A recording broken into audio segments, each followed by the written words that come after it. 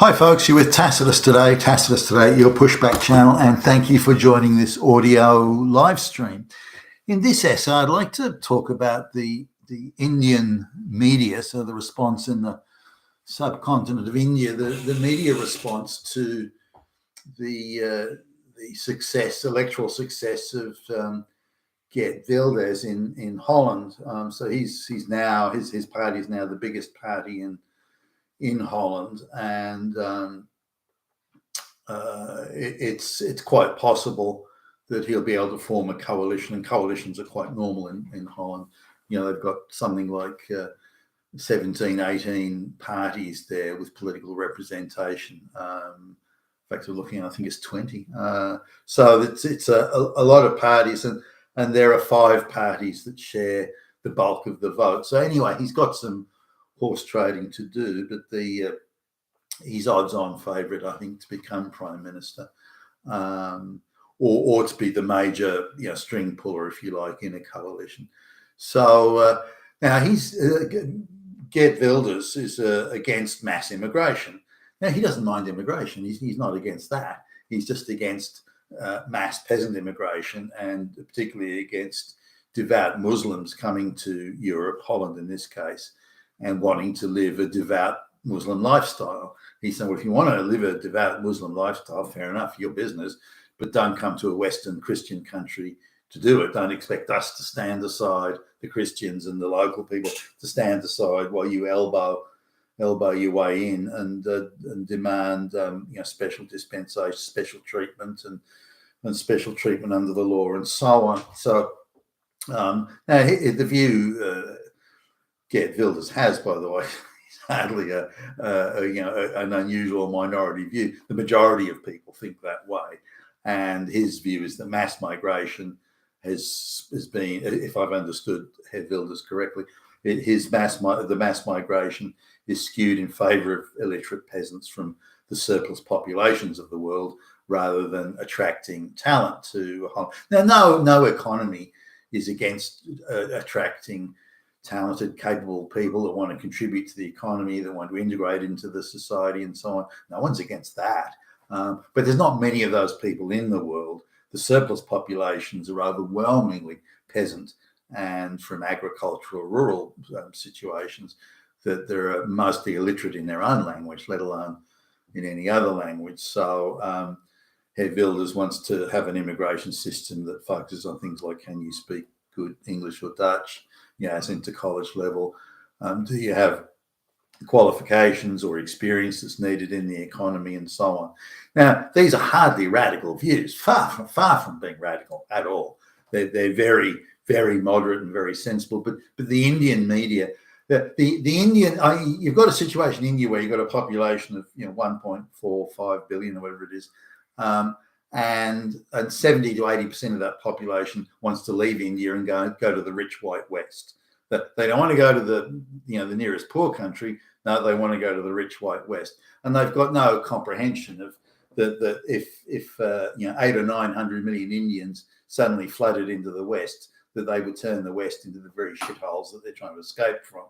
Now, on top of that, Indians are in my view, diabolically bad migrants, because they want to keep their cultural and genetic purity intact. Even 4, 5, 6, 7, 8 generations down the track, they want to keep their genetic purity intact. So they'll only marry other Indians, and they want to keep their culture live and fresh. So they will only get husbands and brides from India, and so on.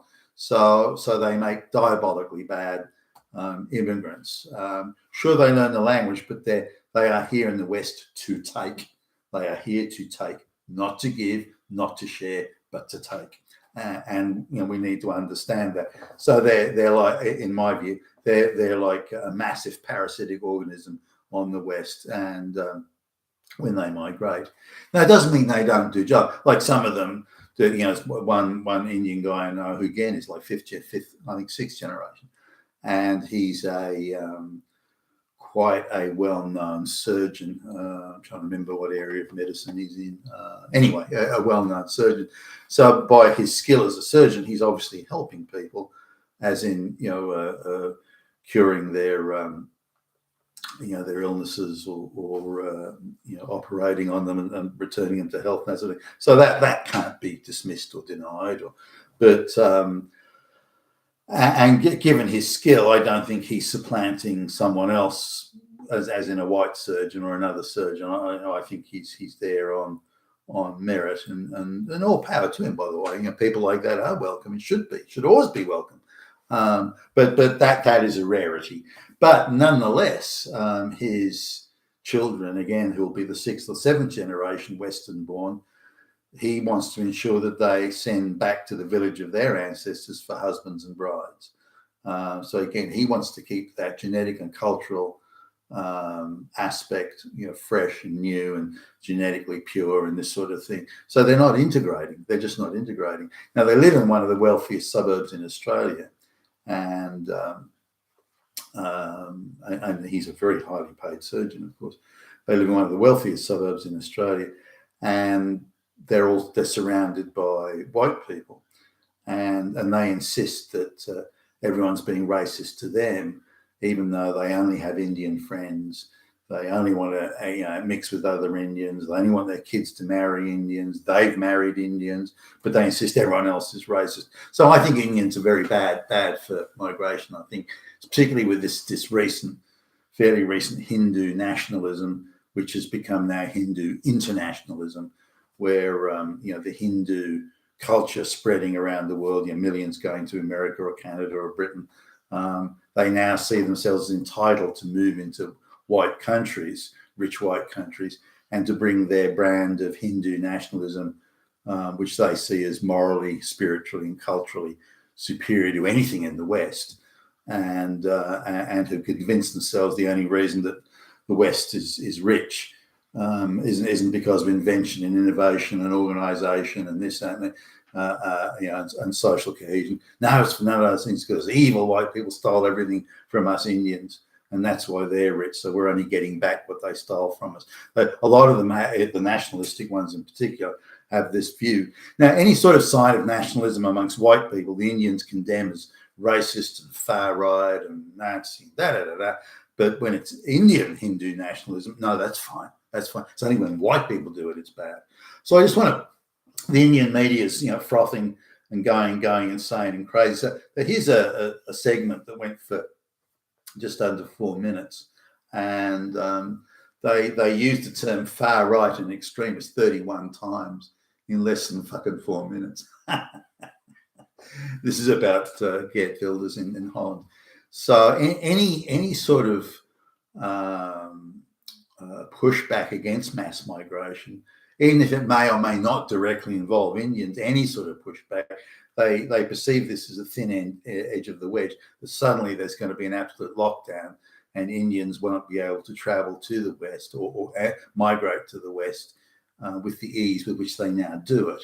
And again, they have this entitlement. We're entitled to go to the rich white countries. And if you have any problem with that, if you want to place any controls or restrictions on that, then you're evil, fascist, Nazi, right-wing, far-right extremists. But if you want to invite in, millions upon millions of Indians to live in ghettos and to send back to India for brides and husbands, and we want special pleadings and handouts, we want to have for miles and miles in every direction, there are only Indians living there. If you allow us to do that, then you're sensible and moderate, and you're a good white politician. If you don't like that or disagree with it, or you expect us to integrate, or you want to interfere with our ability to get husbands and brides from the village of our ancestors, then you're far right. So this is the thing now. India would suffer terribly if, and the migration to Australia, right? Effectively, the Australian leftist globalist government has really signed an agreement with India that has effectively opened borders for Indians to come to Australia. So their all their education, all their degrees, any form of education at all, the Indians demanded and got, as I understand it, that it should be considered on par with the equivalent Australian qualification. So we've got a thing where an apprenticeship, for example, in India for I don't know, carpentry. It may go for 6 months in a crowded classroom of 200 people in this tiny room, virtually no practical work, with one lecturer who themselves is minimally qualified. And so they 6 months, they've got this carpentry bit of paper, and that's supposed to be equivalent to 5 years of a carpentry apprenticeship in Australia. That's it. You're a carpenter, but it's not just it's an accepted qualification. It's considered on par with. It's the equivalent of a 5-year course in a first world country versus a 6-month bullshit course in a third world country, and yet they're supposed to be considered as well. So things like this. But I would, for mine, if someone's well qualified, and from India, I mean, if someone's well qualified and they've got the relevant experience, and it's a needed skill, and they want to integrate, then I've got no problem with that. I mean, you should welcome those sort of people. But if you want to come and say, I want to live in the Indian ghetto, I'm going to, my children are going to only marry other Indians. I'm going to bring them from India. I'm going to bring out my relatives. I'm going to do that and fuck the integration. But I expect you to give me an affirmative action government job. Otherwise, I'll accuse you of being just racist. No, fuck off. No. So that it needs to be, and this is particularly what the Indians don't like. They see any restriction, certainly if their media is anything to go by, they perceive any restriction, particularly if it's independent standards, they must meet a standard, then they're outraged by this, that it's like a dagger to their heart or something, and that they may not be permitted to maintain their genetic and cultural purity. Certainly the Indians I know in Australia, and I know quite a few, they don't even want their children to marry other Indians that are born in Australia. They're too concerned that that'll involve a slow westernisation, that if they're, for example, if their son, their Indian son, who may be born in Australia, marries, say, an Indian girl, even if it's another Indian girl who was born in Australia, they still see that as a slow westernisation process where the children of that union may very well then integrate into white society or marry a non-Indian or procreate with a non-Indian. And even this they see as a threat. So they don't even want their children to marry other Indians who were born in the West. They're absolutely determined to only have culturally fresh spouses, husbands or wives coming from India and from the village of their ancestors. They don't want it from just any place in India. It has to be, the racially, culturally, spiritually pure area and all this sort of stuff. Now, if they were told, Indians, that, look, if you come to the West, you can't do any of that. You can't send back to the village. You can't send back to your country for husbands and brides. If you're born in the country, you have to marry somebody here, assuming you want to get married. But and you can't live in a ghetto. You have to, and if you're going to accept a government job, you can't live next to someone else who's in, this sort of thing. And then you would see then the Indians would say, well, fuck, I don't know. You can't bring your relatives over. That's not going to happen. Or you can't bring your relatives over for 20 years or, those sorts of things. Or if you come here, you can't get free medical care and so on and so forth.